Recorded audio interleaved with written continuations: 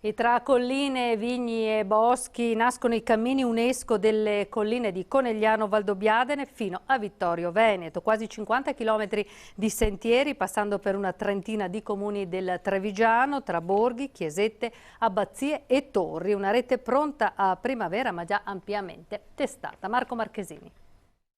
Siamo nel comune di Fara di Soligo, a Col San Martino, e qui abbiamo il territorio delle colline cosiddette delle vedette, punti di osservazione molto strategici che sono stati utilizzati da un sacco di popoli nei vari secoli. Con le sue colline a corda tipiche per la loro striatura a chitarra, i ciglioni verri terrazzamenti di terra e l'alternanza vigna-bosco, nasce il cammino delle colline di Conegliano e Valdobbiadene, note come Sentiero delle Vedette, dal 2019 patrimonio UNESCO.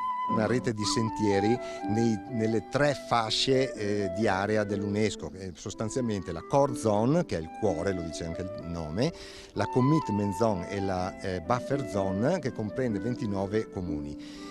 Sono stati delineati 40 itinerari. Un territorio che è ricco di sentieri, di camminamenti. Adesso con il nuovo percorso dell'UNESCO andremo ancora di più a sfruttare questi sentieri che sono già battuti ormai da diversi anni.